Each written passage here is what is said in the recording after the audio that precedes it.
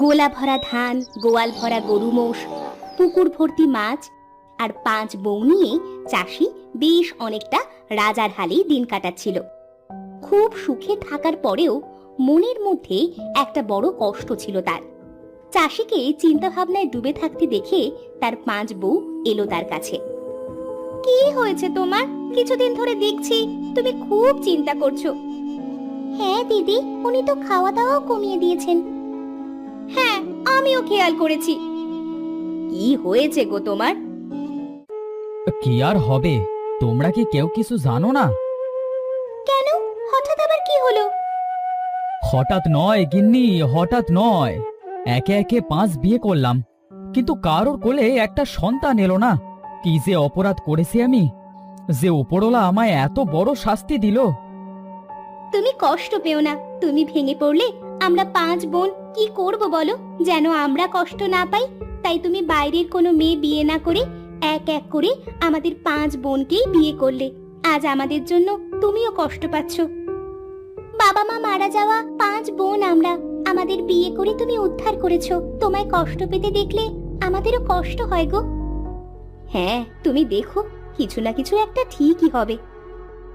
দেখি কি হয়। আমার এত সম্পদ দেখবার কেউ নেই, আমি মারা গেলে কি হবে এসবের? আর কেই বা তোমাদের দেখবে? এসব ভেবো না, আমাদের কপালে যা লেখা তাই হবে। তোমায় খেতে দিচ্ছি, এসো। কতদিন ভালো করে খাও না বলো তো? আজ একটু নিশ্চিন্ত মনে খেয়ে নাও, এসো। এভাবেই দিন কাটে সবার। 5 বউয়ের কোল আর ভরে না। চাষির 5 বউ দেখতে সাধারণ মানুষ হলেও 5 জনের ছিল 5 গুণ। বড় বউ শীতলার হাতের রান্না তো নয়, যেন অমৃত। মেজ বউ কমলার হাতের কাজ চোখ ধাঁধানো সুন্দর। সেজ বউ রমলা তার হাতকে লম্বা করতে পারত প্রায় 5 ফুট পর্যন্ত। নোয়া বউ অরুন্ধতী একবার জোরে ফুঁ দিলে উড়ে যেত গাছপালাও। আর ছোট বউ মহেশ্বরী অদৃশ্য হতে পারত। এমনই একদিন চাষি তড়িঘড়ি ঘরে এসে তার বউদের ডাকতে লাগলো। বড়, মেজো, শেষো, নোয়া, ছোট বউ, কোথায় তোমরা? তাড়াতাড়ি এসো। আরে কি হলো, এসো সবাই। কি হয়েছে? তুমি এত হাঁপাচ্ছ কেন? তড়িঘড়ি করে ডাকলে কেন? কারো কি কোনো বিপদ হয়েছে? আহা, কার আবার কি হবে? অলক্ষণে কথা বলিস না ছোট। আরে গুরুমা আসছে বাড়িতে, কাল সকালেই চলে এলো বলে। গুরুমা? তিনি এই অসময়ে আসবেন যে? গুরুমা পত্র লিখেছেন, তিনি তোমাদের 5 বউকে 5টি ফল দেবে, তাতে তোমাদের সন্তান হবে। কিন্তু তার জন্য তোমাদের 5 বউকেই তাকে সন্তুষ্ট করতে হবে। যে তাকে সন্তুষ্ট করতে পারবে না, সে ফল পাবে না। ও, এই ব্যাপার। ও, তুমি চিন্তা করো না, গুরুমাকে আমরা ঠিক সন্তুষ্ট করতে পারবো। হ্যাঁ, আমরা আমাদের সাধ্যমতো সব করব। আর আমাদের মধ্যে যদি অন্তত একজনও মা হতে পারে, তবুও তাকে আমরা 5 মা হয়ে আগলে রাখবো। দেখো। যাক, নিশ্চিন্ত হলাম। তোমরা তবে সব আয়োজন শুরু করে দাও। সারা বাড়ি আগে গোবর জল দিয়ে ধুয়ে দাও। 5 বউয়ের সব আয়োজন চলল বেশ জোর কদমে।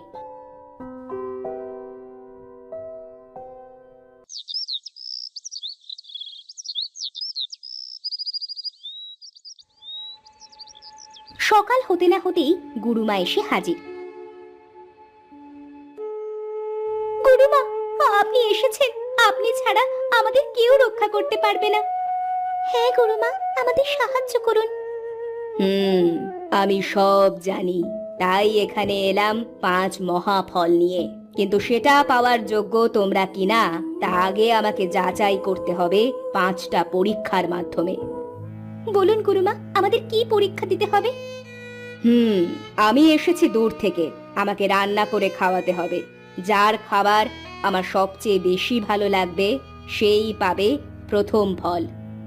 বেশ গুরুমা, আপনি বিশ্রাম নিন, আমরা আপনার খাবার ব্যবস্থা করছি। গুরুমায়ের ইচ্ছে শুনে 5 বউ রান্নাঘরে আলোচনা করতে বসলো। দিদি, তুমি বরং রান্না করো, তুমি তো আশ্চর্য সুন্দর রান্না করতে পারো, প্রথম ফল না হয় তুমিই পাও। বেশ বোন, আমি তবে রান্না করব। বড় বউ মনোযোগ দিয়ে বেশ অনেক রকম পদ রান্না করলো। গুরুমা বেশ তৃপ্তি সহকারে তা খেয়ে প্রশংসায় পঞ্চমুখ। বাহ বাহ, এ তো একেবারে অমৃত, এ তো কোনো সাধারণ রান্না নয়। কে রেঁধেছে এসব? এইসব বর্দি রান্না করেছে। বাহ বাহ, বেশ, তবে প্রথম ফল তোমার হোক। এই নাও এই ফল, এটা আজ রাতে খাবে। আচ্ছা গুরুমা। এবার কি পরীক্ষা গুরুমা? আমার সাধের মূর্তি ভেঙে গেছে, যে এটাকে জোড়া লাগাতে পারবে দ্বিতীয় ফল সেই পাবে। গুরুমা এবার একটা আধ ভাঙা মূর্তি বের করলো আর বাকি 4টে বউয়ের হাতে দিল। তারা 5 জন আবার আলোচনায় বসলো। আচ্ছা মেজদি, তোর হাতের কাজ তো অনেক সুন্দর, এবার না হয় তুই এই কাজ করবি। বেশ, তবে এই কাজ এবার আমিই করব।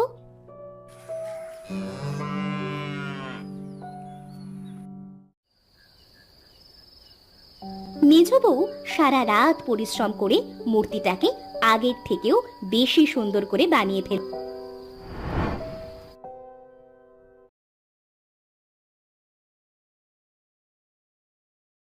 গুরুমা পরদিন দেখে তো অবাক। বাহ, কে বানালো এটা? এটা তো আগের চেয়েও সুন্দর হয়ে গেছে। কে বানালো এটা? এটা আমি বানিয়েছি গুরুমা। বেশ, তবে এই ফল তুমি পাবে এবার। আচ্ছা গুরুমা।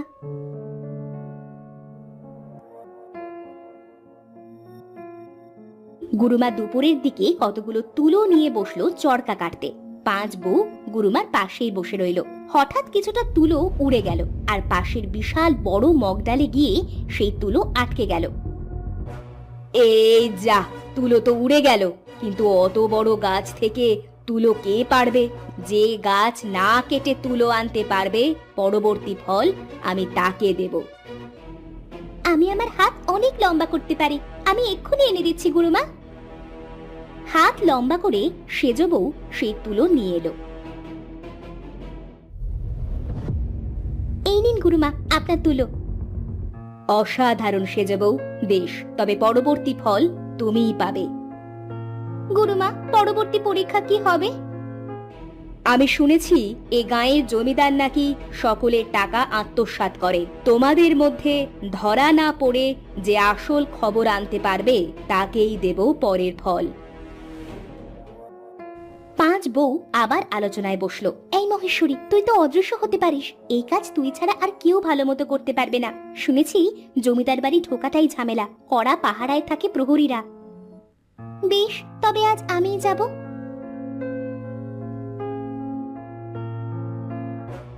ছোট বউ অদৃশ্য হয়ে গেল জমিদার বাড়ি।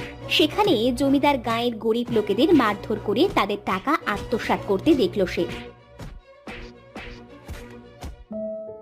বাড়ি এসে সে সব খুলে বলল। সব শুনে গুরুমা অবাক হয়ে গেল। তুমি সত্যি অদৃশ্য হতে পারো? দেখাও দেখি। এক্ষুনি দেখাচ্ছি গুরুমা।